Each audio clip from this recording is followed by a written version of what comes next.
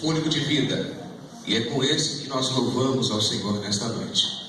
Fico feliz que você conseguiu vencer o frio nesta noite, está aqui para glorificar o Senhor, digno de toda a honra. Eu me sinto em ministros que vieram dos Estados Unidos, todos com sobretudos, bem agasalhados.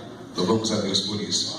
Queridos, meu maior desafio aqui nesta noite, além de vencer o nervosismo, é fazer você parar para refletir na palavra de Deus. Ou seja, para que você possa parar e meditar e, através do padrão da palavra de Deus, ver a distância entre você, entre a tua atitude, conforme o padrão bíblico. Por que não dizer com a conformidade das nossas atitudes para com a palavra de Deus? Então eu conto nesta noite com a ajuda do Espírito Santo para que possamos pararmos para refletirmos o que Deus quer tratar conosco nesta noite. Amém? Para tanto, eu gostaria que você abrisse a sua Bíblia junto comigo em Atos dos Apóstolos, ou a Atitude dos Apóstolos, capítulo de número 13 e verso de número 22, apenas esse versículo. Atos dos Apóstolos, capítulo de número 13 e verso de número 22.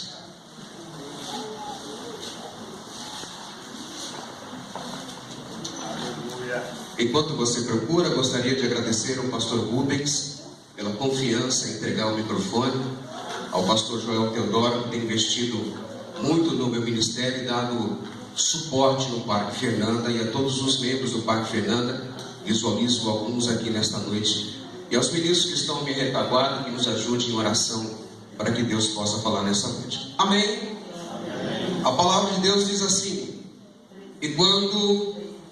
Atos dos Apóstolos, capítulo de número 13, verso de 22, diz assim: e quando este foi removido, este é o rei Saul, lhe levantou como rei a Davi, ao qual também deu testemunho e disse: achei a Davi, filho de Jessé, varão conforme o meu coração, para executarem toda a minha vontade.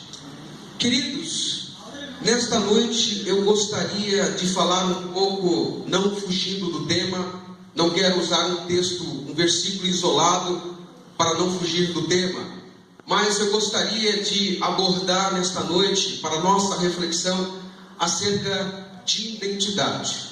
Falarmos de como somos vistos, não apenas uma ótica humana, mas qual é a nossa identidade no reino do céu. Para falar disso, irmãos, isso me preocupa muito, porque eu vejo aqui um relato de o apóstolo Paulo dar referência ao apóstolo, a Davi, dizendo que Deus havia levantado a Davi, e ele era um homem segundo o seu coração, e que Deus havia levantado este homem para fazer a sua vontade. Então tenho por certo que Davi tinha uma identidade. E visando essa identidade é que eu me preocupo nesta noite em levarmos a uma reflexão para sabermos qual é a nossa identidade no reino do céu. Ou por melhor dizer, como é que Deus nos enxerga lá das alturas? Será que Ele tem prazer em nos olhar? Fato é que nós temos uma identidade no reino do céu. Tanto é que Deus vai traçar um diálogo curto e objetivo com Satanás. Isso está registrado em Jó capítulo 1 e verso de número 8, dizendo o seguinte: Deus pergunta a Satanás, dizendo o seguinte: da onde é que você vem? E o diabo responde, Satanás respondendo: eu vim cirandar da terra e passear por ela. Pois bem, Deus disse: então certamente você viu o meu servo Jó. Quando Deus ele traça um diálogo curto e objetivo, porque Deus não perde tempo, ele vai dizer o seguinte: então você viu muito bem que o meu servo Jó, estou parafraseando para que você possa entender a minha lógica de raciocínio, que o meu servo Jó é um homem íntegro, um homem reto e temente a mim. Então veja que uma das qualidades, um dos adjetivos no reino do céu para Jó é que ele era servo do Deus Altíssimo. ele era um homem íntegro, ele era um homem reto e o mais principal, ele era um homem temente ao Senhor. Essa era a identidade de Jó no reino de Deus. Agora, me permita, irmãos, dizer que também nós temos uma identidade nos reinos da treva. Peraí, irmão Sandro, agora você extrapolou. Pois bem, atitude dos apóstolos, ou Atos dos Apóstolos, capítulo de número 19 e verso de número 15, vai relatar a ação dos apóstolos, por mais dizer o apóstolo Paulo, que ele começa a ação da igreja primitiva, e uma dessas ações era colocar a mão sobre os demônios, e os demônios eram expulsos, o exorcismo. Muito bem, alguns jovens, filhos de Zeba, começaram a observar a atitude do apóstolo Paulo, e eles começaram a querer imitar o apóstolo Paulo, porque eles viram e ouviram o apóstolo Paulo expelindo demônios em nome de Jesus Cristo. Muito bem, estes homens começaram a querer ter autoridade aonde não tinha autoridade. E quando eles começaram a expulsar, quando ele viu alguém endemoniado, eles começaram a dizer: eu expulso vocês em nome de Jesus, a qual o apóstolo Paulo prega. Queridos, esses homens não tinham identidade no reino das trevas. Aleluia. Você pode dizer assim: mas não sendo, você quer dizer que os demônios não conheciam esses homens, que a Bíblia não diz o que eles faziam? Mas no quesito autoridade, esses homens não tinham nenhum mérito, nenhum conhecimento, porque os próprios demônios diziam o seguinte: eu conheço muito bem Jesus, eu conheço também Paulo, a quem vocês estão falando, mas se vós, quem sois? Não vos conheço. Queridos, chamo a tua atenção nessa noite. Quero trazer uma conjectura, parafrasear, para trazer mais brilho a esse meu pensamento. Talvez o demônio queria dizer o seguinte: eu conheço Jesus desde o princípio. Eu conheço Paulo desde a época em que ele obedecia os meus comandos como Saulo. Ele mandava prender, ele dava sentença a dar morte, a dar sentença de morte a muitos homens. Ele perseguiu a igreja em meu nome, ao meu comando. Este Paulo que vocês estão falando, que prega o evangelho, eu conheço muito bem ele. Mas um certo dia, no caminho de Damasco, ele encontrou Jesus Cristo. Ele caiu do cavalo, ficou cego, e pelo evangelho de Jesus ele foi transformado. Eu conheço ele muito bem. Mas vocês, em quesito de autoridade, vocês não têm nada. Permita, pastor Joel Teodoro, dizer algo. O Senhor pregou aqui na segunda-feira passada, essa mensagem age no meu coração, porque o salmista disse que eu tenho que meditar na palavra de dia e de noite, não apenas ler, mas meditar, ou seja, eu preciso entender o que é que Jesus quer tratar conosco, todas as mensagens. É por isso que eu tento fazer uma biblioteca, uma coletânea de mensagens, para que no momento de adversidade eu use a palavra de Deus para eu vencer. E quando o pastor pregava na segunda-feira passada, ele pregava sobre os erros de Jonas. E algo que me chama a atenção sobre identidade, não vou fugir do tema nesta noite, é que em um período do ministério de Jonas precisou assumir a sua identidade. Porque enquanto o barco chacoalhava, enquanto os homens ficavam temerosos, dizendo: nós vamos morrer, quando Jonas foi indagado, dizer: quem tu és? Da onde é que tu vens?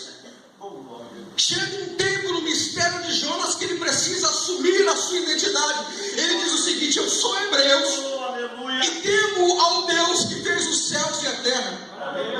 Ou chega, irmãos, precisamos, em um determinado momento do nosso ministério, da nossa vida como obreiro, pararmos para refletirmos como é que nós estamos atuando. Será que estamos assumindo a nossa identidade? Porque quando o vento começou a balançar, ele precisou parar para pensar assim: peraí, quem sou eu?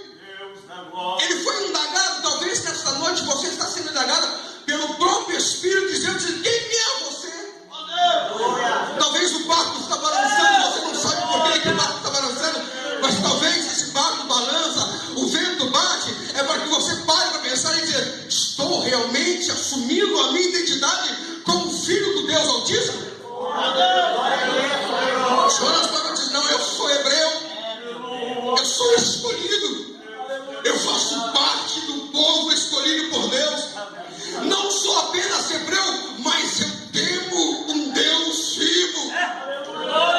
Eu temo, e ele reconheceu o Deus que criou os céus e a terra, porque ele disse: eu temo um Deus vivo, eu temo o Senhor que fez os céus e a terra.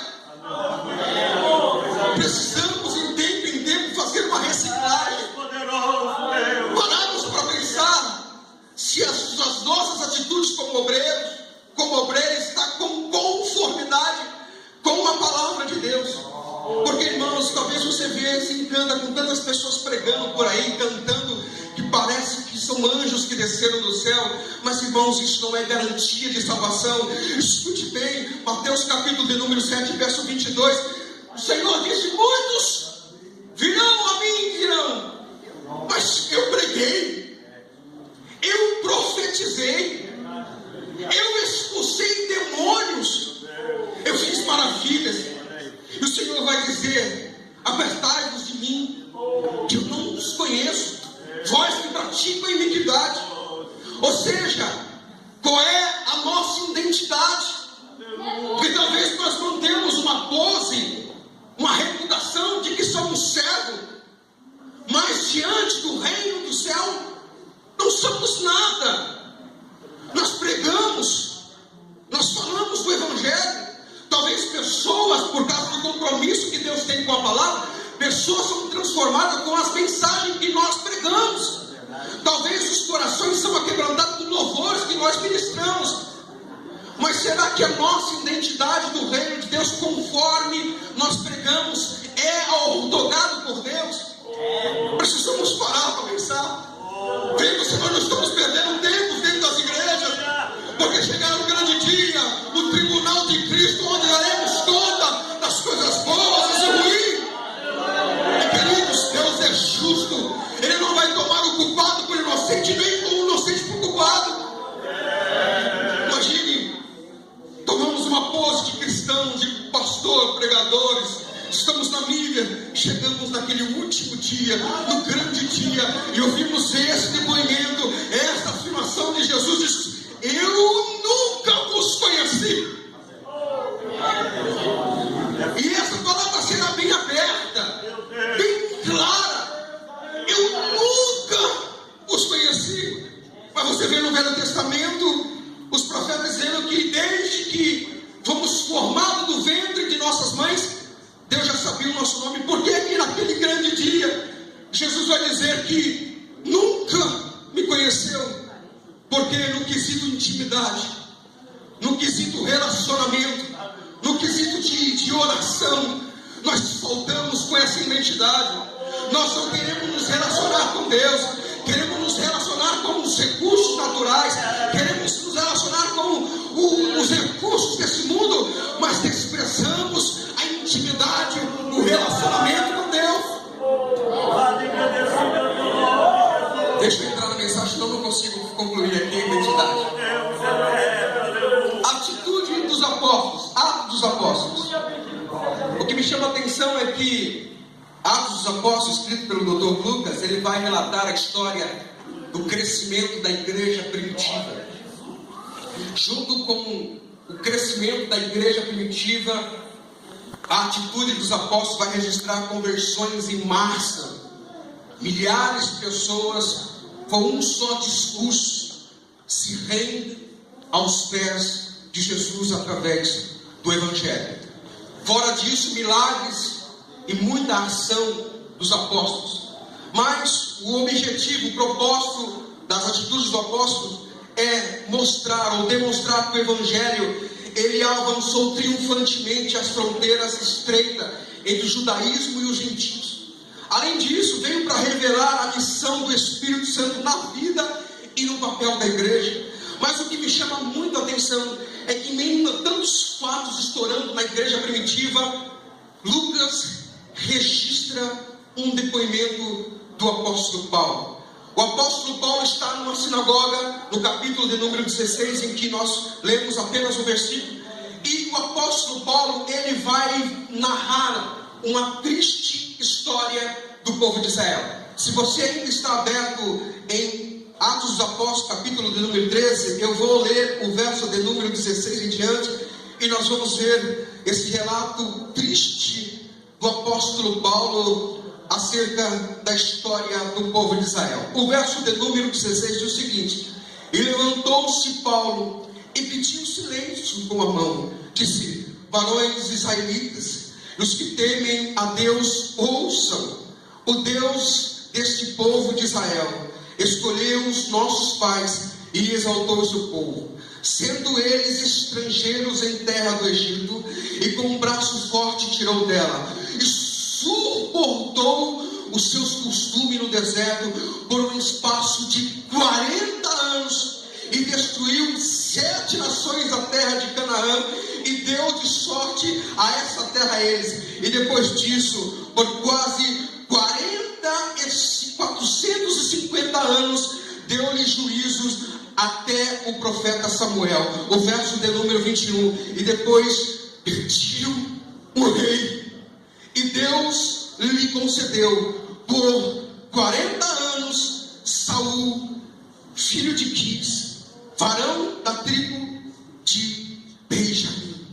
Queridos, Paulo está na sinagoga, e ele pede atenção ao povo que está ali, e ele diz aos que temem ao Senhor: escute com atenção, porque eu preciso contar uma história triste.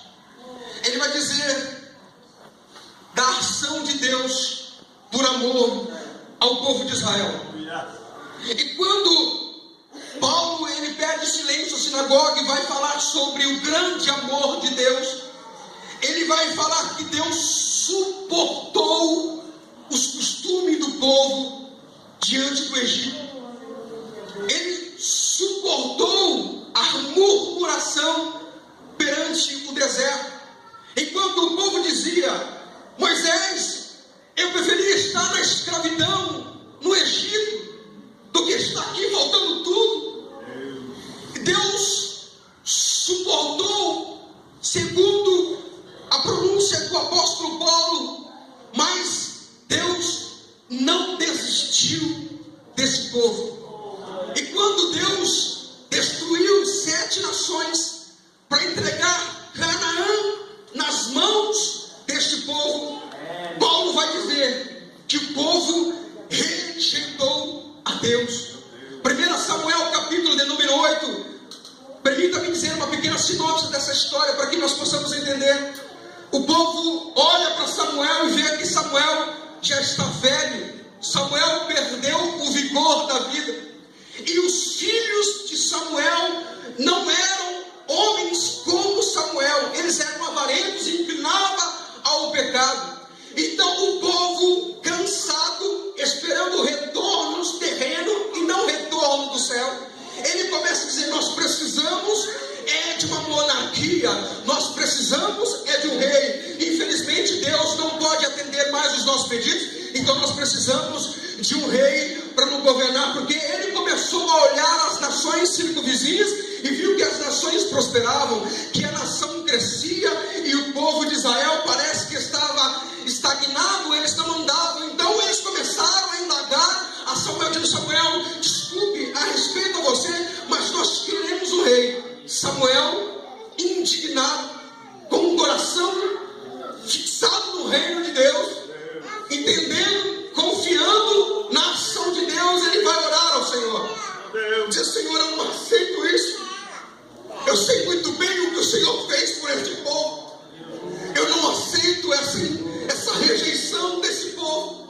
E quando Samuel começa a questionar a Deus em oração, indignado, porque um homem que tem um coração no reino de Deus, quando vê um desleixo, um desmerecimento, algo que não favorece a Deus, ele fica com o coração indignado. É como o apóstolo Paulo escrevendo a carta à igreja, dizendo: não se conformeis com este mundo. Samuel, como profeta, como representante de Deus, estava inconformado. E Deus diz a Samuel: Samuel, não se preocupe, porque esse povo não está rejeitando o seu ministério, esse povo está rejeitando a mim mesmo. Eles querem um rei, muito bem, vou dar um rei a eles, escolhem. escolheram o homem mais bonito, formoso, primeiro rei de Israel, Saul. Queridos, aqui entra o ponto de reflexão. Nós sabemos que a trajetória de Saul durou 40 anos, e o mais difícil é entender que 40 anos o povo de Israel, o povo que escolheu o rei, 40 anos suportou um homem desviado, um homem perturbado. Mas tudo tem o seu tempo determinado, disse Salomão. Porque chegou o tempo em que Deus declara a rejeição ao rei Saul, e ele escolhe um menino entre tantos homens que tinha. Aqui entra o ponto ápice da mensagem. Paramos para refletir. O que é que levou Deus a observar esse menino Davi para ser rei?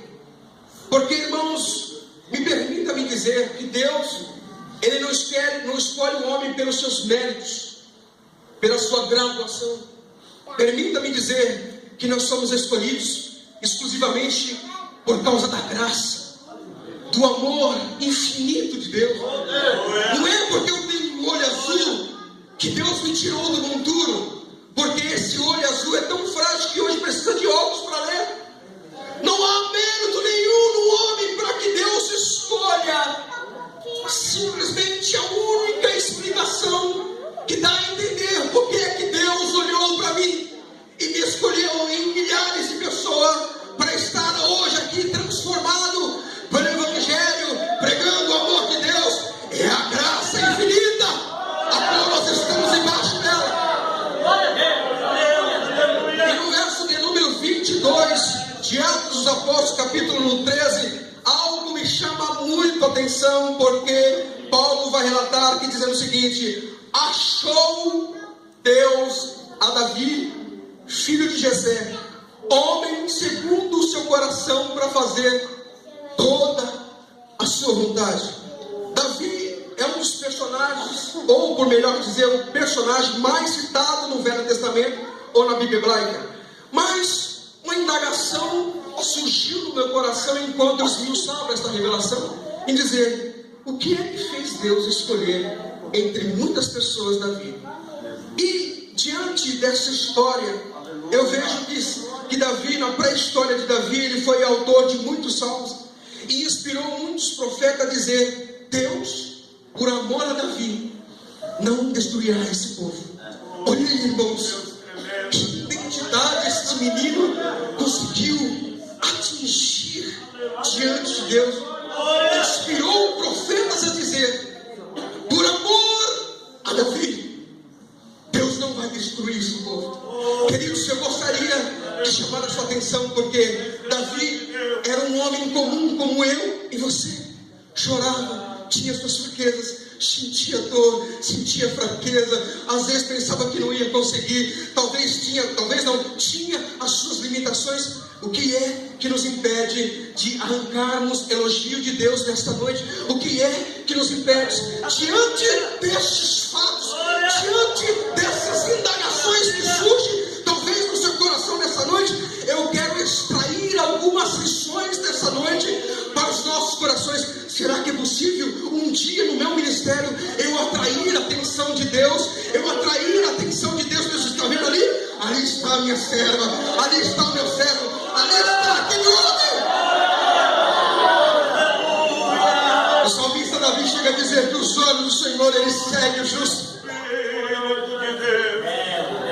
É possível?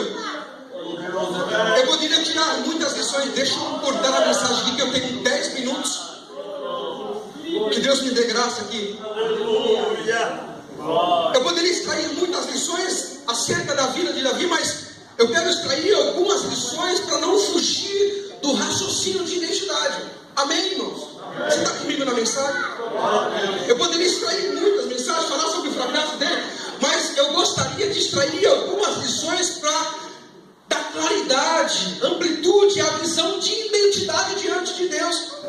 E uma das lições que me chama a atenção na vida desse menino Davi é que precisamos ser dedicados em tudo, até nas mínimas coisas. Escuta só, irmãos. Davi era um homem franzino, um menino franzino. A Bíblia diz que ele era ruivo, mas era um homem, menino formoso. Mas ele não tinha característica de soldado. Ele não tinha perfil para ser soldado.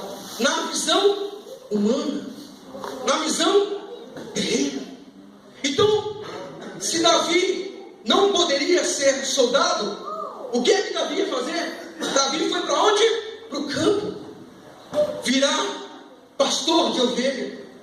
Permita-me dizer que no tempo antigo, ser soldado, diziam que ter marcas no rosto, cicatriz no corpo, era questão de orgulho, porque trazia marcas de que ele era soldado e que ele estava apto para a batalha. Então toda cicatriz trazia honra ao homem. Hoje nós somos tomados por uma vaidade. Se temos uma pequena mancha, algo que nós queremos nos preocupar, enfim. Mas naquela época, eles estampavam as marcas que traziam identidade de guerreiro. Mas Davi não tinha uma característica para ser um soldado. Então ele foi para onde? Para o campo trabalhar. Mas eu vejo no Velho Testamento dizendo que ele nunca questionou.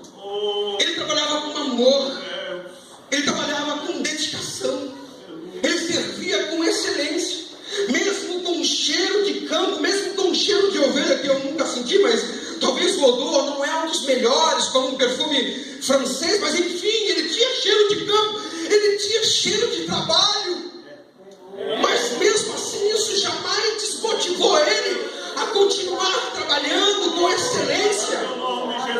Queridos, eu não sei nesta noite se você está exercendo uma função que a sua ótica humana é pequena, não tem muita visibilidade, os holofotes não estão voltados para você. Mas eu quero dizer uma coisa, algo que chamou a atenção de Deus é que mesmo aquele menino não tendo porte de ser um soldado guerreiro, ele foi designado a uma tarefa que não tinha muito valor, que era pastor de ovelha, mas ele fez com hombridade, ele fez com amor, ele fez com carinho.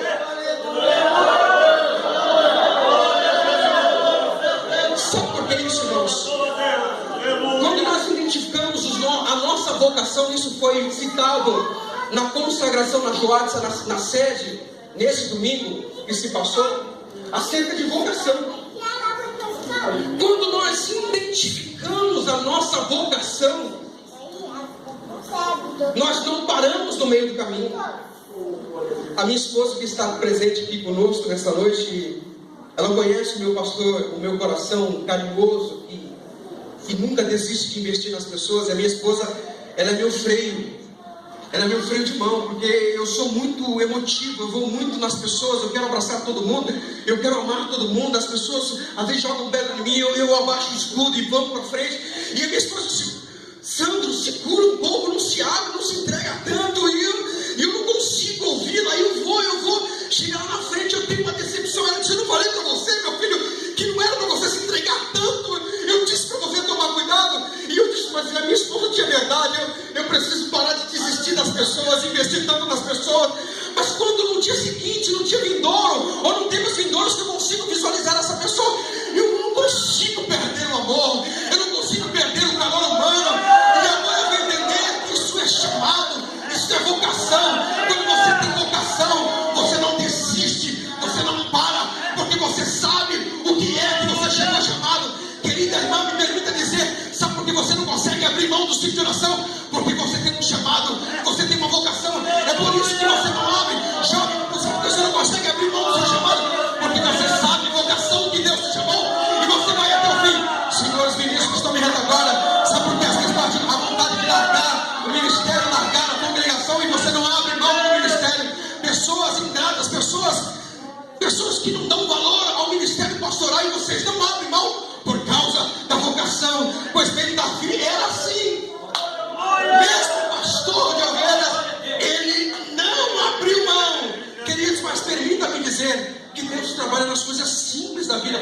Pastor Rubens, eu estou terminando 5 minutos, eu não vou conseguir terminar, mas eu quero entregar aquilo que Deus está entregando no meu coração. Deus se revela nas coisas simples. É verdade. Uma certa feita, Moisés, pastoreava, estava ali, um dia como outro, pastoreando ovelhas do seu sogro Jedro.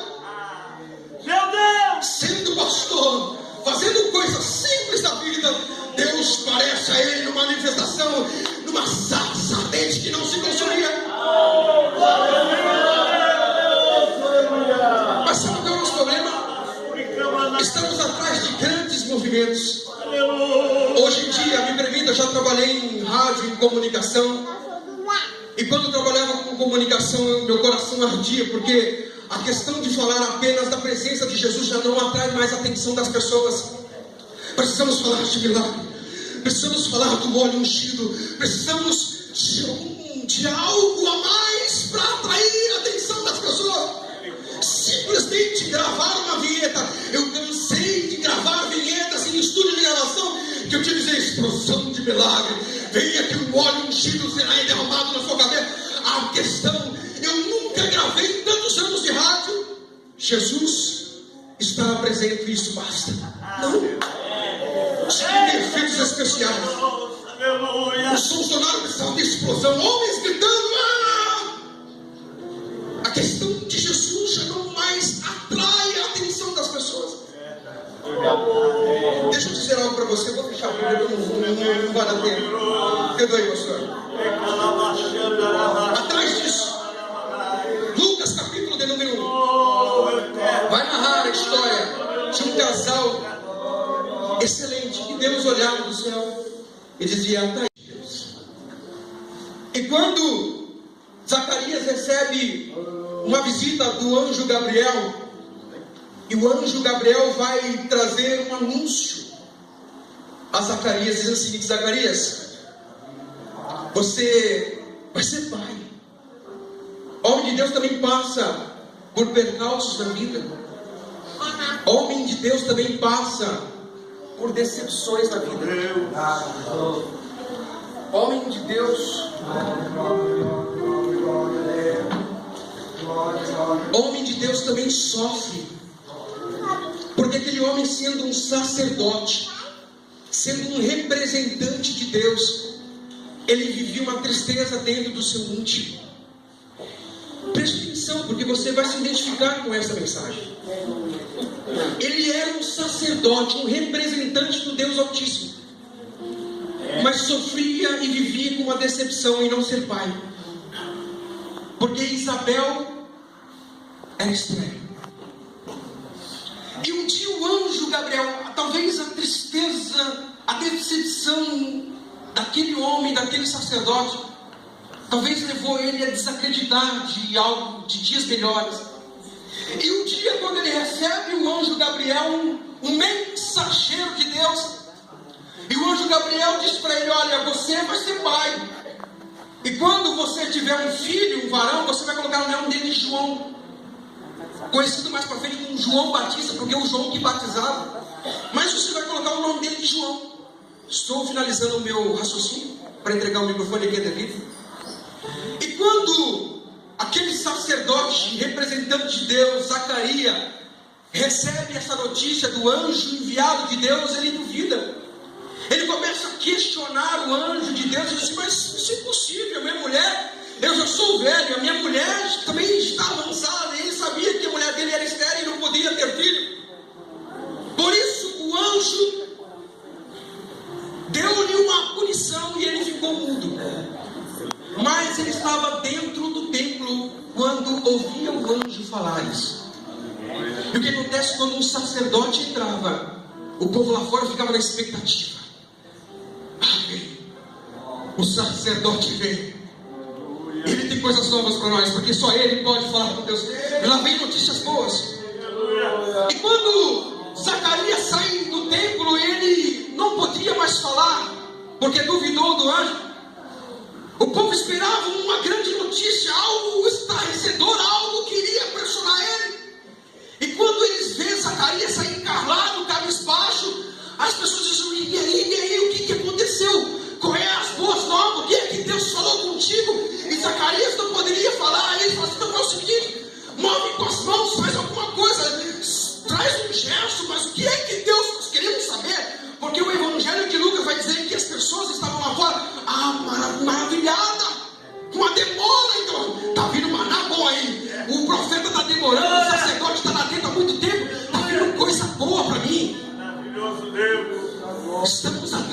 grandes coisas. Queremos notícias boas que favorecem o nosso ego. E aquele homem não poderia falar porque estava mudo. Queridos, Deus se revela nas coisas simples da vida.